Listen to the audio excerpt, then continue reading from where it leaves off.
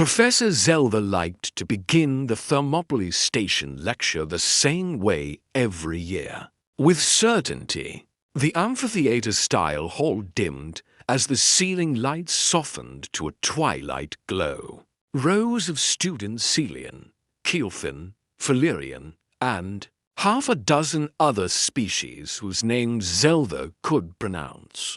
Only after practice settled into silence while the professor's console unfolded. Into a lattice of shimmering light, a hologram blossomed over the central days, a slow-rotating orbital installation. A ring of metal and glass wrapped around a gravity core. Thermopylae Station. At its heart, an orbital gate, an ancient transit structure that controlled access to the inner system. Zelda's voice carried a practiced rhythm, confident and smooth. Today we examine the most infamous military defeat in recorded human history, he announced. The Third Battle of Thermopylae Station.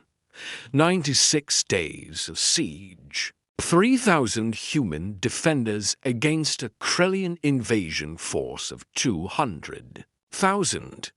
He tapped the air.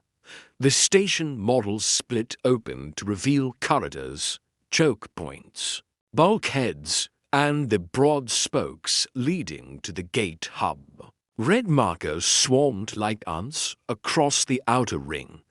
The humans possessed no external supply lines. Zelda continued, no reinforcements, no strategic possibility of victory. And yet they held the orbital gate for 3 months while civilian evacuations proceeded. When the station finally fell, he paused, letting the drama settle. It always did. Students leaned forward. Zelda could almost taste their anticipation. Only 200 human defenders remained alive. A soft sound cut through. The hush. 83. It wasn't a heckle. It wasn't even loud.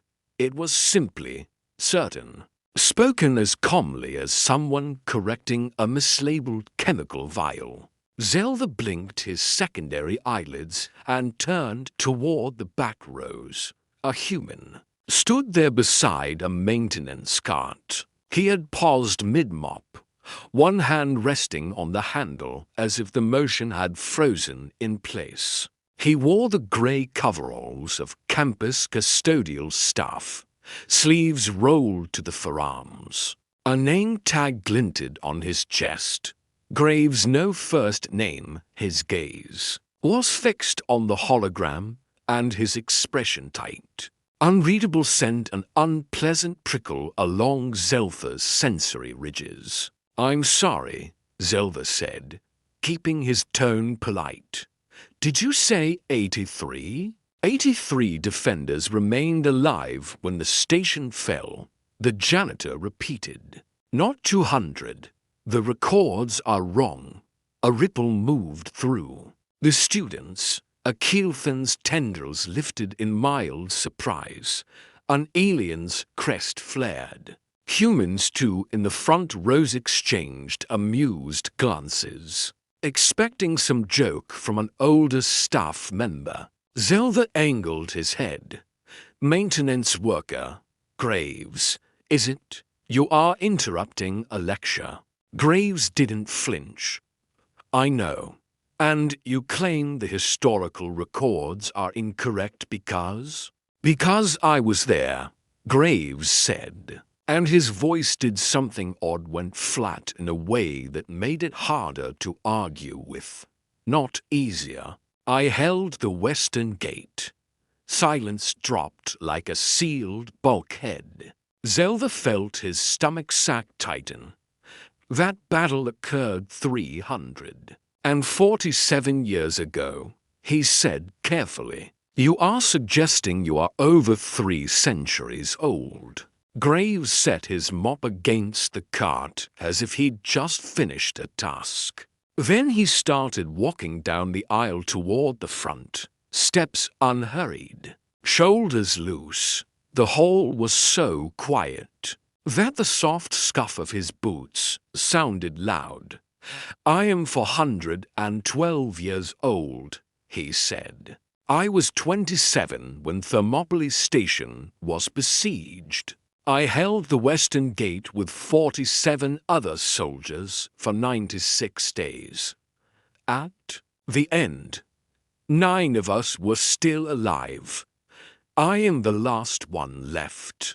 A young alien student crest still flared in disbelief blurted, "That's impossible. Humans don't live for centuries. Your species averages 80 years, normally," Graves agreed. He stopped near the days, close enough now that Zelda could see details the back rows couldn't. Scars like pale lightning across knuckles and throat. A faint burn pattern on the left cheek that looked old enough to have become part of his skin. His eyes were the unsettling part, not because they were strange, but because they were too steady. But there were complications, Graves continued. Medical complications from the siege. Zelda swallowed. "Explain." Graves's gaze flicked toward the hologram, lingering on the red tide of Krellian markers, Krellian weapons. He said, "Used temporal displacement tech. Not clean time travel, just slippage. Some of us who got hit didn't die. We became unstuck. Aging slowed. Healing got weird. Cursed mercy." The room remained stunned. The kind of stunned that makes even breathing feel rude. Zelda forced himself to think like an educator instead of a prey animal. "If what you claim is true," he said slowly, "you experienced the most analyzed military engagement in recent galactic history. The siege that proved humans were capable of impossible endurance." Graves's mouth tightened. At the word proved. "It didn't feel legendary," he said. "It felt like hell." He raised a hand and pointed at the station's western access corridor on the hologram. The projection obligingly zoomed 7 meters wide. A long throat of metal leading from the outer ring toward the gate hub. "Your records say we started with 3,000 defenders," Graves said. "That part's true." Zelda nodded, relief flickering. At least something aligned. "Your records say we had adequate ammunition and supplies." Graves's finger lowered an inch. "That part is false." A Philirian student, eyes wide, asked softly, "False how?" "We had 48 hours of food," Graves answered. 72 hours of ammunition. That's what we had when the siege began. Everything after that was improvisation. A Keelfin student raised a tentacle, the motion trembling with curiosity despite the fear in the room. "But the defense lasted 96 days, it said. How did you fight for 3 months with 3 days of ammunition?" Graves looked at the student the way a veteran looks at a civilian question, without contempt, but with the weight of something unshared. "We stopped using ammunition on day 4, he said. A sound like a collective inhale swept the hall. "We took Krellian weapons," Graves continued. "We scavenged what they dropped. We cannibalized station hardware. We made explosives. From maintenance supplies, we used tools, furniture, pieces of bulkhead. We used our hands when there was nothing else." He paused, as if deciding whether the next truth was worth dropping into a classroom. "And when we ran out of defenders," he said, "we booby-trapped the dead." Someone made a small, choked noise. Zelda saw a human student clamp a hand over their mouth. Not to hide laughter, but to hold something inside. Graves's voice stayed even. The western gate was a corridor 7 meters wide. That's all, a tube. The Krellians didn't need genius tactics. They needed mass. So they sent wave after wave, sometimes 100 attackers at once. He gestured toward the hologram, and the system displayed a simulation, red arrows flooding into the narrow corridor, meeting blue defenders holding a line. We stacked bodies, Graves said. To build barriers, we used blood to make the floor slick. We turned a military position into a slaughterhouse because it was the only way to slow them down. Zeltha's throat felt dry. Why? Did you not surrender? He asked, already suspecting the answer. A Philirian student voice. Fragile echoed the question. The Krellians offered terms to defeated enemies. Why not accept? Graves's eyes shifted to her. They weren't angry. They weren't even sad. They were simply full. Because behind us, he said, were 3 million civilians evacuating. The words landed like gravity. Every day we held, Graves went on. Another 100,000 refugees reached the transport ships. Every hour we survived, another family got off station. We knew we were going to die. We knew it on day 1, so we decided our deaths would buy time. Zelda stared at the hologram as if it might contradict him. It didn't. Graves stepped closer and pointed to a junction labeled J14. Your records say this junction fell on day 47, he said. It fell on day 43. I know because I was there when the last 6 defenders in that section triggered the self-destruct. Protocols, a student whispered, horrified, while they were still inside, section by section. Graves confirmed. As we lost ground, we destroyed it behind us, made every meter cost them, made them fight for corridors we'd already rigged to collapse. His voice dipped, not softer, but farther away. Your records call it a fighting retreat. We called it turning the station into a tomb and inviting them to be buried with us. A young human student stood, face pale with a mixture of pride and discomfort. But the history books call you heroes, they said. The 83 survivors are legendary. Graves looked at the student, and for the first time his composure cracked not into anger, but into something sharp and tired. We were not heroes, he said. We were desperate people doing what had to be done. We broke every rule of warfare. We did things that would be war crimes if we had been the aggressors. He held the hole in that statement, letting the students feel its ugliness. We became monsters, Graves said, so that civilians could live. Don't romanticize it. But you saved 3 million lives, the human student insisted, voice trembling. Doesn't that matter? It matters, Graves said. That's why we did it.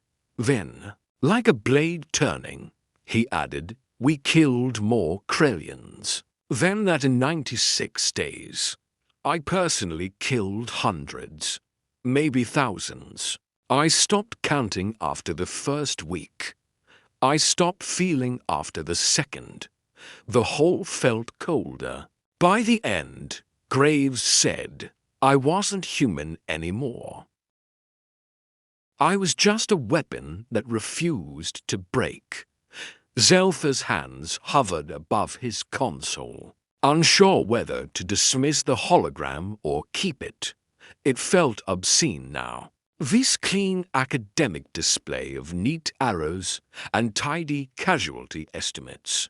Graves pointed to the simulation of the final assault, where the Krellian force breached the inner hub and blue markers collapsed inward. Your records say the Krellians retreated after the station fell, Graves said. They didn't retreat. Zelfa's voice came out hoarse. They fled. Graves nodded once. They fled, he said, because when they finally breached Central Command, they expected corpses. They expected broken survivors. They expected surrender. His jaw tightened. Instead, they found 83 humans still standing, still fighting, still refusing to die. Zelda felt something cold settle behind his ribs. You terrified them, he whispered before he could stop himself. Graves's gaze moved slowly across the students, across soft-bodied scholars and bright-eyed cadets, across those who'd grown up on sanitized holos of conflict. We showed them what humans become, he said, when you threaten what we protect. He picked up his mop from where he'd left it leaning against the cart. The simple, ordinary object looked absurd in his scarred hand. We showed them that we don't always fight to win, Graves said. Sometimes we fight until we can't fight anymore. And even then, we find ways to hurt you. A long silence followed, as if the lecture hall itself needed time to absorb the shape of that truth.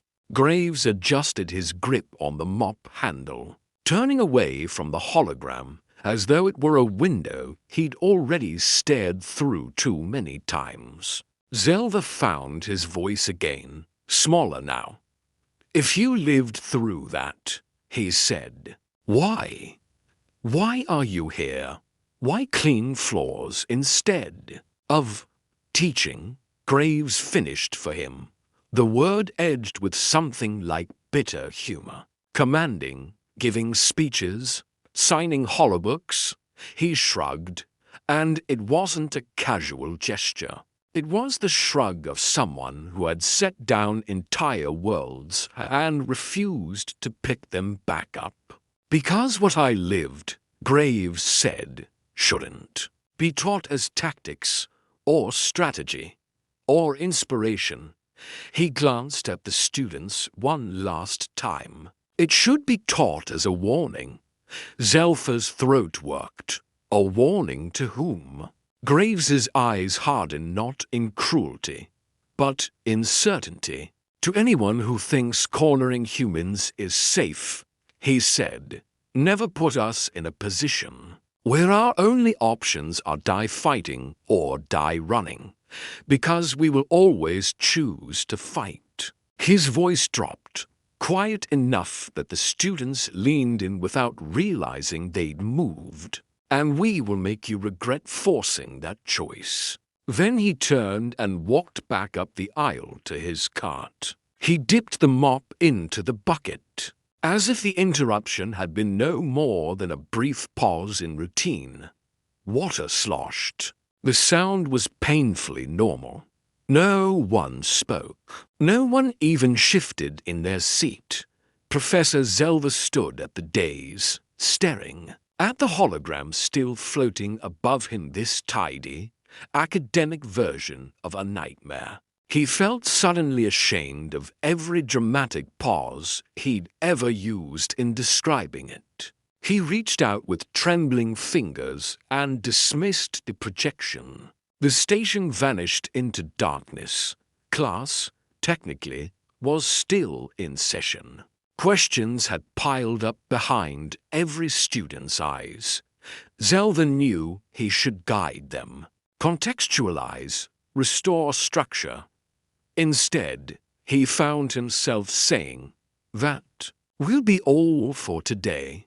The words came out softer than he intended. Students rose in silence, filing out with expressions that had changed shape mid-lecture. From curiosity to horror to something they didn't have names for. Even the boldest kept their voices down, as if speaking too loudly might summon the corridor. The blood-slick floor, the stacked bodies, the collapsing metal, Graves continued mopping. Zelda watched him for a long moment, this old human in a maintenance uniform, doing small, ordinary work with the same economy of motion he described at the Western Gate. A man who had survived history by being displaced from time, only to spend centuries carrying it like a quiet weight. Sometimes, Zelda realized, history wasn't about analyzing maneuvers. Sometimes it was about understanding what it cost. And sometimes the only respectful response to that cost was silence. So Zelda stood alone in the dimmed lecture hall and let the quiet settle, because in that quiet was the real lesson Thermopylae Station had always been trying to teach. Not glory, not victory, but the terrifying love that could turn ordinary people into something the galaxy would call monsters, so that someone else could live.